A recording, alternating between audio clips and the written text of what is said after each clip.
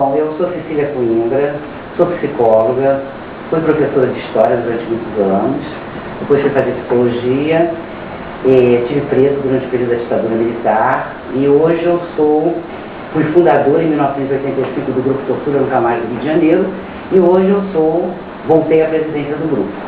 Você falou outra coisa, né, durante a ditadura militar, você foi preso, você abrigou o Gabeira, não é? Quando eu fazia o curso de História, né, que eu entrei para a universidade antes do golpe militar, eu tenho 68 anos hoje, então quando eu entrei para a universidade, a antiga Faculdade Nacional de Filosofia da Universidade do Brasil, hoje o FRJ, eu entrei para fazer o curso de História em 62, né?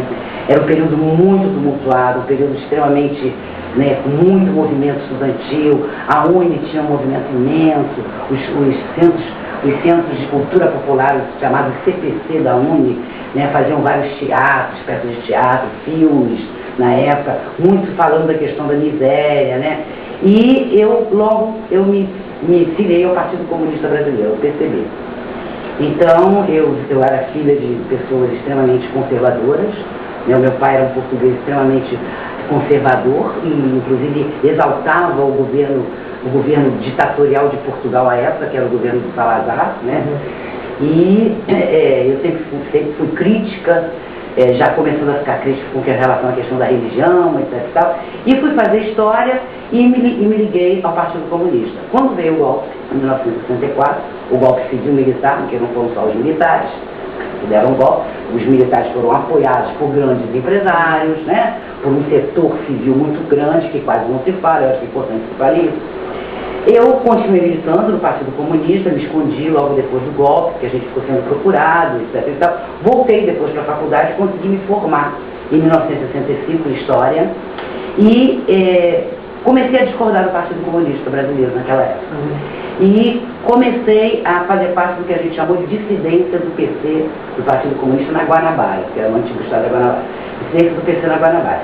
Esse era um grupo, tinha muitos estudantes, muitos intelectuais, e participei ativamente das passeatas de 68, né, depois da morte do Edson Luiz, e comecei a ter relações com um grupo que sai da dissidência do PC da Guanabara e forma o chamado MR8, Movimento Revolucionário 8 de Outubro. 8 de Outubro é o dia em que morreu o Che Guevara assassinado na Bolívia. Por isso esse nome, Movimento Revolucionário 8 de Outubro, MR8. Eles conheciam como MR8. E não cheguei a me filiar, porque eu discordava, eu achava que a gente não tinha condições de lutar contra aquele regime que estava cada vez se fortalecendo mais, um regime de terror, né, onde a gente não podia se reunir, onde grupo de mais de dois, como se dizia, era subversão, né, uma censura ferrenha. E em 1969 houve o sequestro do embaixador norte-americano Charles Elway. Em 69, eu fui procurada por alguns companheiros do MR8 e eu apoiei, assim, eu não estava clandestino, eu tinha uma vida legal, eu era professor de História, estudava Psicologia na época, tinha acabado de entrar para a Faculdade de Psicologia, tinha um filho de 3 anos, né, o Zé Ricardo, e tinha uma vida legal, como a gente dizia na época, e apoiei, né, o pessoal, fiquei já muito antes do sequestro, já pessoas que estavam, inclusive, clandestinas, que tinham que se esconder, ficavam lá em casa. Lá por casa passou muita gente lá por casa. O Franklin Martins passou lá por casa, hoje o ministro das Comunicações, que é ligado ao governo do PT, eu até tive há pouco tempo conversando com ele, ele esteve lá em casa, escondido alguns meses, eu já estava clandestino como estudante, logo depois das passeatas de 68, e aí quando houve o sequestro do embaixador, eu fiquei com 2 pessoas lá em casa, o Fernando Gabeira e o José Roberto Spigner.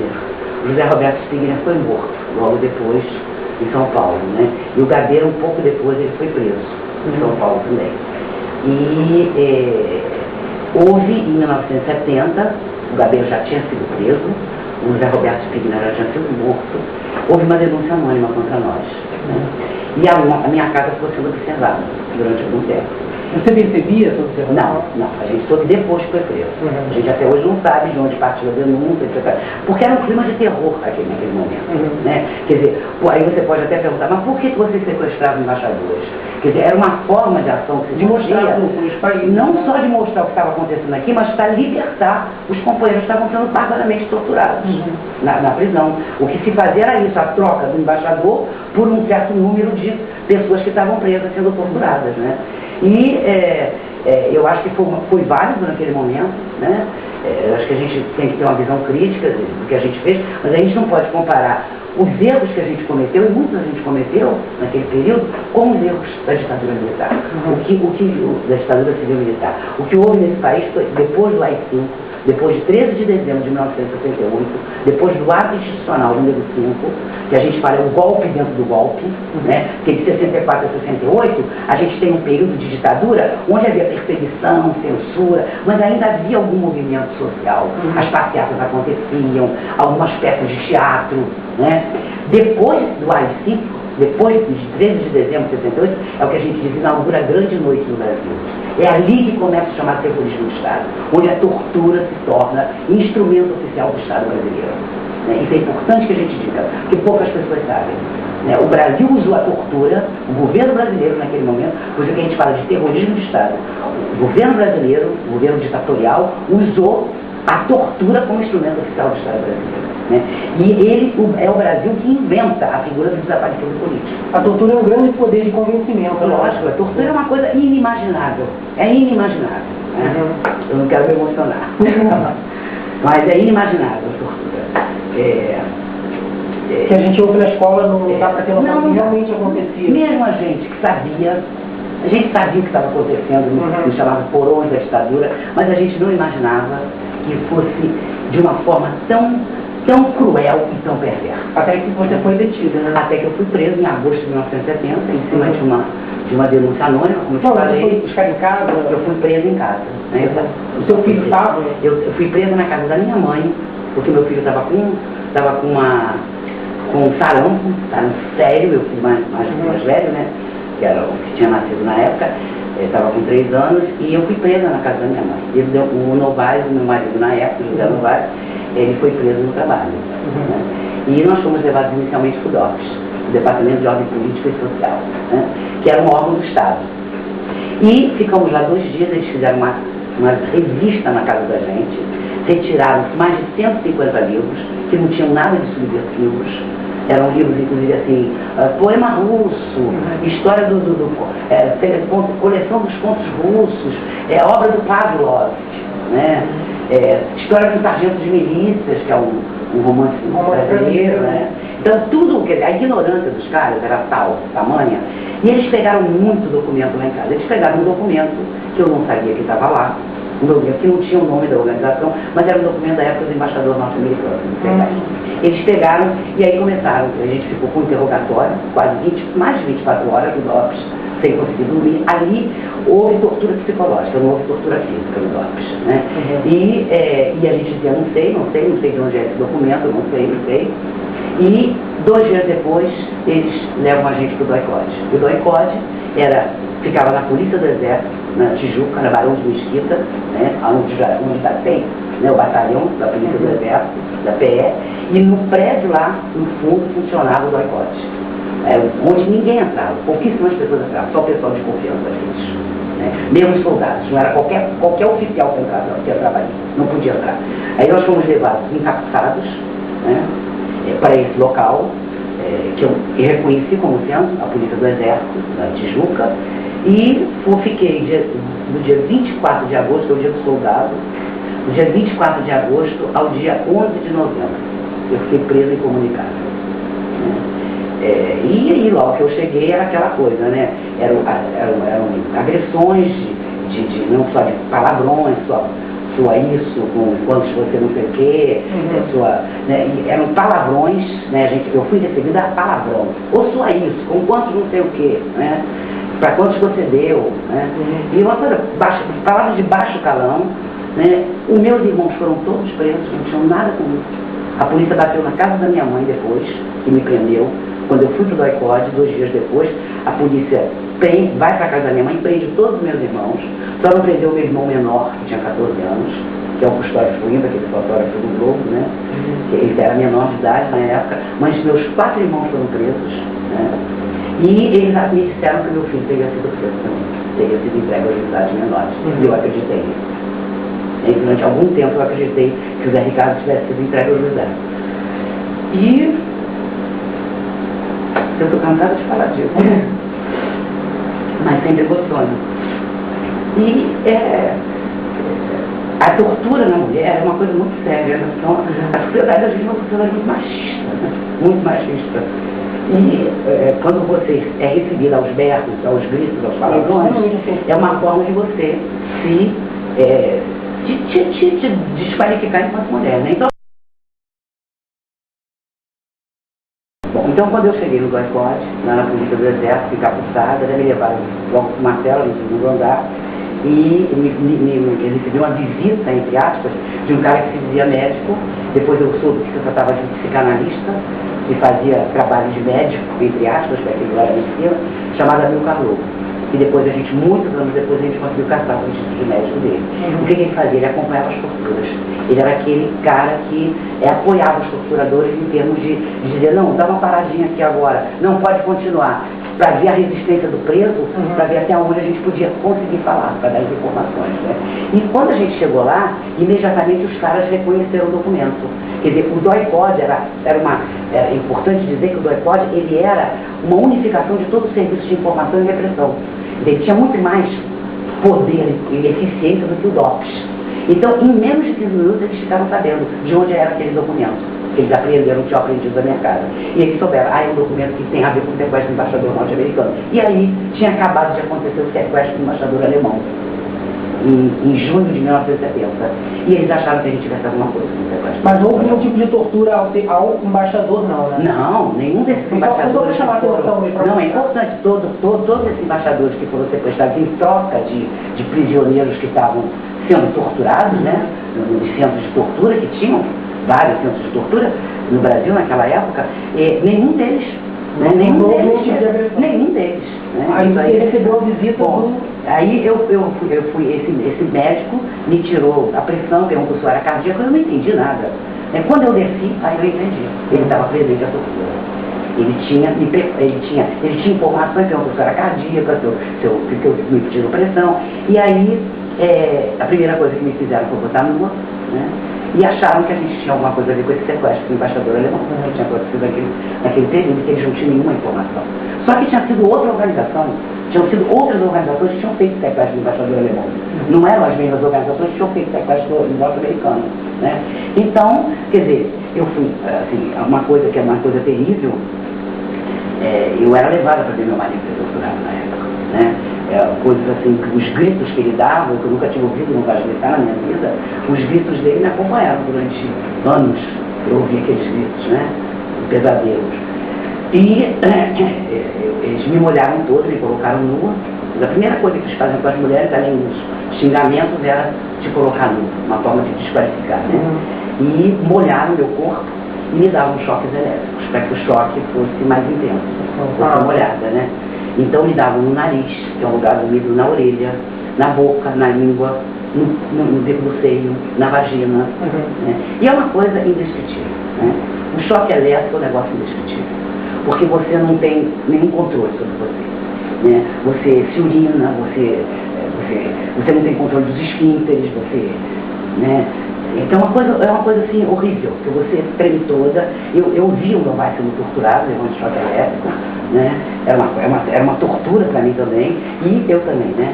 E uma coisa que eles fizeram com as mulheres, o Novaes não foi, os homens eles não usaram isso, mas com as mulheres eles usaram. Tinha naquela época no DOI-CODE, lá na Polícia do Exército, um filhote de jacaré, né? Pelo menos desse tamanho, que eles puxavam por a corda no pescoço. E eles me amarraram em um determinado momento e passaram um jacaré no meu corpo nu, né? É uma coisa assim, né? Então, são marcas que ficam a vida inteira, né? A gente não esquece isso. E eu acho que a gente não pode também se colocar como vítima, como pobre coitada, né? Porque essas marcas, a gente tem que usar essas marcas como luta, né? Como instrumento de luta. Vocês tinham um ideal, vocês tinham... E temos ainda, né? Eu quero uma sociedade sem torturas. Eu luto para que a gente possa ter uma sociedade onde a tortura não seja feita a nenhum ser vivo. Porque nem um animal peçonhento pode passar por tortura. Né? E faz a segunda pergunta. Quais para você seriam os pressupostos para a criação e manutenção de uma ditadura? Veja bem, eu acho que se produz uma intensa propaganda anticomunista. Naquele período, havia uma intensa propaganda anticomunista, onde o comunista era colocado como um perigoso, como um terrorista. Justamente. Depois que eu fui solta, por exemplo, que eu fui liberada, alguns amigos conhecidos, quando me viam, atravessavam a rua, como se a gente tivesse a peste. O medo era tamanho, né, que as pessoas evitavam a gente sentia isso. Né?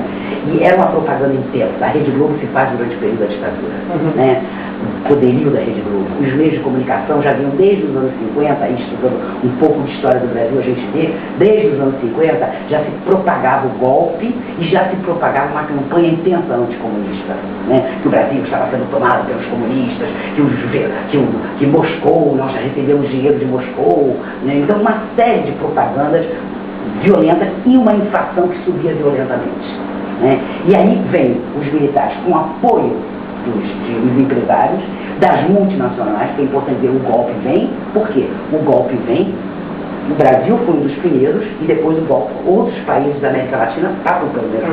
Os meios de comunicação a favor também. Totalmente, né? A classe média aplaudindo, fazendo passeatas com Deus pela pátria e pela família. Né? Eu vi essa passeata, eu chorava, as lágrimas corriam, eu na Rio Branco vendo aquelas senhoras de alta classe média, né? E das elites apoiando, né, o golpe, né? E dizendo que era para trazer a democracia, tanto que era uma revolução democrática, e na realidade o que se fez? Se tirou um governo legitimamente eleito, que foi o governo de João Goulart. Né? Então, quer dizer, toda vez que você você faz uma campanha anticomunista muito grande, onde você diz, esses aí são perigosos, cuidado com eles, né? E quando você tem todo um modelo econômico perverso, né, que não trata somente de enriquecimento das elites, você vai produzindo um descontentamento. E aí os militares, eles vêm como salvadores da pátria. E aí é importante a gente até dizer que era naquele período, era diferente do que é hoje. Porque naquele momento o golpe veio para a implantação das multinacionais no Brasil. O golpe veio com respaldo do capital estrangeiro. Né? Era a internacionalização do capitalismo. E eles precisavam que essas agências de multinacionais se firmassem na América Latina. O Brasil foi o primeiro a dar o golpe, depois vem golpes, né? No Chile, na Argentina, no Uruguai. O Paraguai já há algum tempo vivia numa ditadura do Stroessner, mas depois a gente tem, né, praticamente vários países da América do Sul, né, o chamado Cone Sul, com regimes ditatoriais. Isso não foi por acaso. Naquele momento, nos anos 60 e 70, era o momento em que as multinacionais queriam se implantar definitivamente na América Latina e usaram os militares como testa de ferro. Os militares tinham um crescimento econômico grande também. O Brasil chegou a ser a quinta potência. Sim, mas o que você acha disso? De forma extremamente, como é que a gente pode ver?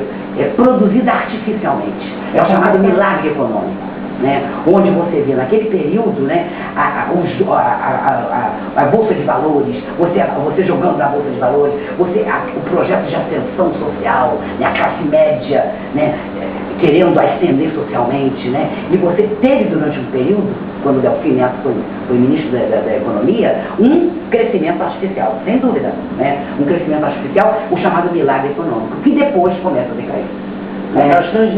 E começa a decair, né? E a gente vai ver como, naquele período, quando a gente diz, hoje não tem mais interesse em que haja golpe militar na América Latina. Hoje o momento é outro. As multinacionais já estão implantadas aqui dentro, em toda a América Latina. Né? Não interessa o governo norte-americano, que inclusive apoiava, respaldava, inclusive militarmente, né? Os golpes na América Latina, né? A CIA, por exemplo, estava envolvida, né? A CIA, que é aquela agência de informações dos Estados Unidos, vivia infiltrada e produzindo esses movimentos anticomunistas, né? Então hoje o momento é outro, né? Hoje não há interesse que haja golpe, a gente tem uma outra coisa, né? E depois a gente até fala um pouco sobre isso. Na sua opinião, o que faz com que ainda hoje hajam pessoas que apoiem a ditadura militar? Olha, eu acho que tem uma coisa assim, essa história foi muito pouco contada. Né? Mesmo para as pessoas que viveram naquele período, as pessoas sabiam que havia tortura, né, que havia desaparecimento. Agora, as pessoas acreditavam, como hoje a gente acredita, que para a segurança da gente é preciso que muita gente morra, que os perigosos morram. Os perigosos éramos nós. Hoje os perigosos são os pobres, que são colocados como sinônimos de traficantes. Se tivesse tanto traficante nesse país, eu acho que a gente, né, a gente nem andava na rua, né, com tantos traficantes que tem que ter, todo mundo que morre é traficante. Naquela época todo mundo era comunista. São histórias mal contadas, né? São, na verdade... Então tem histórias que essas histórias não foram contadas, muita gente não sabe disso. Algumas pessoas que sabiam disso achavam que nós éramos perigosos mesmo, né? Achavam que, por exemplo, meu pai morreu em 69, eu fui preso em 70, né?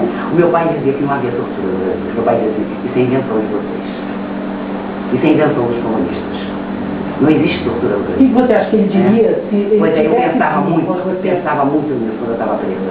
Dizer, o que meu pai diria se fosse vivo, quando eu voltei para casa, eu contei para meu tio, que era o irmão da minha mãe, que tinha sido criado pelo meu pai, pela minha mãe, mais novo, que ele apoiava o meu pai na época. Ele, quando meu pai dizia, não tem tortura, eu dizia, é isso mesmo, não tem tortura. Quando eu contei que eu cheguei para ele, chorava. Eu contei para ele, acredita agora que existe tortura, tio? Né? Então, eu não sei como meu pai reagiria, não sei te dizer, né? Mas eu acho que ele acreditaria que realmente, porque a filha dele foi violentamente torturada e o genro dele também. Né? Você acha que existe alguma diferença na prática entre a censura e a manipulação explícita da época do governo ditatorial e da exercida hoje na indústria cultural? Olha, é diferente. Sem dúvida, hoje a gente tem uma censura velada. Naquela época era uma censura descarada. Tá? Hoje fica mais difícil de você perceber. Mas existe. É óbvio que existe. Óbvio que existe. Os meios de comunicação de massa não estão aí por acaso. Né? O Chomsky, que é um linguista norte-americano, ele fala muito bem disso. Ele coloca como os meios de comunicação vão produzindo o que ele chama de consenso. Vão produzindo um modo de você pensar homogeneamente. Então a gente vê, por exemplo, vê o Jornal Nacional da Rede Globo, vê o Jornal da Bandeirantes, eu vejo para a gente poder ver como as notícias vão sendo apresentadas, como vão sendo apresentadas. Não é nem comparar, porque os dois são iguais. Os dois são tão ruins um quanto o outro. Né? Mas como as notícias vão sendo apresentadas, o terror que vai se produzindo. Né? Então os meios de comunicação hoje, eles têm um poder enorme, porque eles produzem em cada um de nós modos de viver e de existir. Você produz em cada um de nós crenças.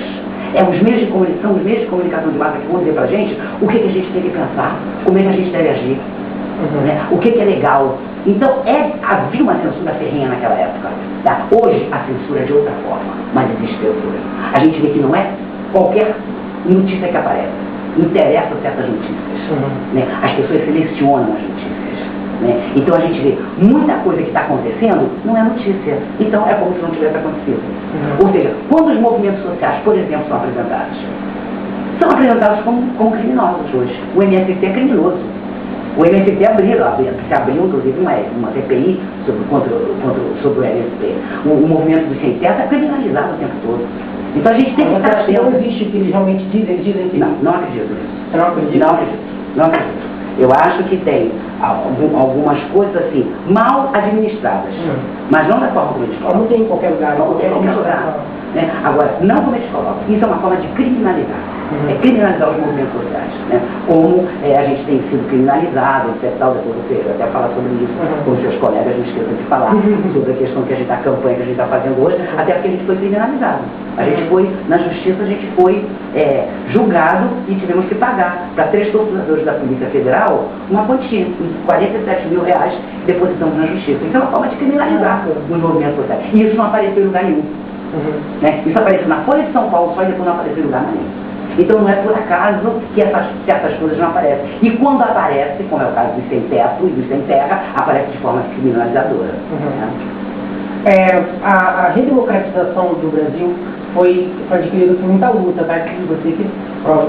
Então por que você acha que hoje em dia tem uma desvalorização tão grande por parte do povo brasileiro mesmo, da própria democracia, do próprio governo? Porque, veja bem, eu questiono isso. Eu acho que a democracia que a gente tem que ver é uma democracia burguesa. Né? Eu acho que a gente estuda um pouco de história, a gente sabe, né? As revoluções burguesas aconteceram, é uma burguesia que nos dirige, uma elite que nos dirige, né? E apesar de ser um presidente ex-operário que está lá, ele está hoje ali, né, administrando o capitalismo neoliberal, né? A questão não parece o Lula de antes, né? A gente vê mais a diferença grande, né? Basta ver umas entrevistas que ele dava quando ele era líder sindical e ver como ele fala hoje. Mas eu acho que tem toda uma produção para que a gente fique descrente, né? Eu acho que se naquele período havia uma participação maior, né? Eu já estou até respondendo a outra pergunta sua, né? Pode avançar? Pode. Havia toda uma participação maior, etc e tal. Eu acho que hoje tem participação, só que não aparece nos meios de comunicação de massa, aquilo que a gente estava falando, né? Então, a participação de hoje é bem menor. Por quê? Porque a juventude foi produzida, o que a gente chama os filhos do AI-5, né? Que vem da época da mãe de vocês, no caso dos pais de vocês. Os pais de vocês são a geração que veio depois do AI-5. Onde se diz, isso aí são os perigosos, criminosos, comunistas, né? E que você acaba acreditando nisso, né? E o que vai se produzindo é o seguinte: não se meta em política. Se meter em política é perigoso. Política é uma coisa suja. Político é sinônimo de corrupto. Isso é que se naturalizou. E não é por acaso, meu amigo. Não é por acaso. Eu acho que vocês têm que estar alerta a isso. Eu acho que a juventude hoje tem que estar alerta, percebendo que o que os meios de comunicação dizem não é por acaso que eles dizem isso. Eles querem levar a gente para um determinado caminho, para pensar de uma forma homogênea, né? Todo mundo igual, todo mundo pensando igual, e dizendo que não tem saída. Porque quem se mete a fazer política ou entra na corrupção, ou é oportunista, ou é um cara perigoso. Cuidado. E aí, a questão da criminalização dos movimentos sociais. Né? Então, eu acho que quando a gente diz a juventude hoje é apática, ela foi produzida para ser apática. Né? Isso eu acho que são os efeitos da ditadura civil-militar. São os efeitos que estão aí, que todos nós estamos sofrendo. Um dia você pergunta para uma criança o que ela acha do governo Lula, ela fala, horrível, Lula... É engraçado, ela não sabe o que está acontecendo, mas ela tem uma opinião formada... Ela está ouvindo, né, os meios de comunicação de massa. Que são, a televisão está aí, né, penetrando em tudo quanto é lá, a informática está aí, né? Então, a gente está vendo isso, né? Não é por acaso que o jovem hoje é apático. Eu não acho que o jovem seja apático, não. Ele está sendo produzido para ser apático, para ser descompromissado. Né? Eu acho que a luta pela democracia continua se fazendo. Embora seja uma democracia burguesa, como eu estava colocando, né? Eu acho que ela tem, eu acho que é uma obrigação da gente lutar por um país melhor. Né, para que as nossas vidas sejam melhores. Né? Eu não estou lutando só para os meus netos, não. Eu estou lutando para mim também. Né? Para que a minha vida possa ser melhor. Né? Para que a gente possa ter um pouco mais de fraternidade entre nós. Né? Aí eu já respondi aquela pergunta.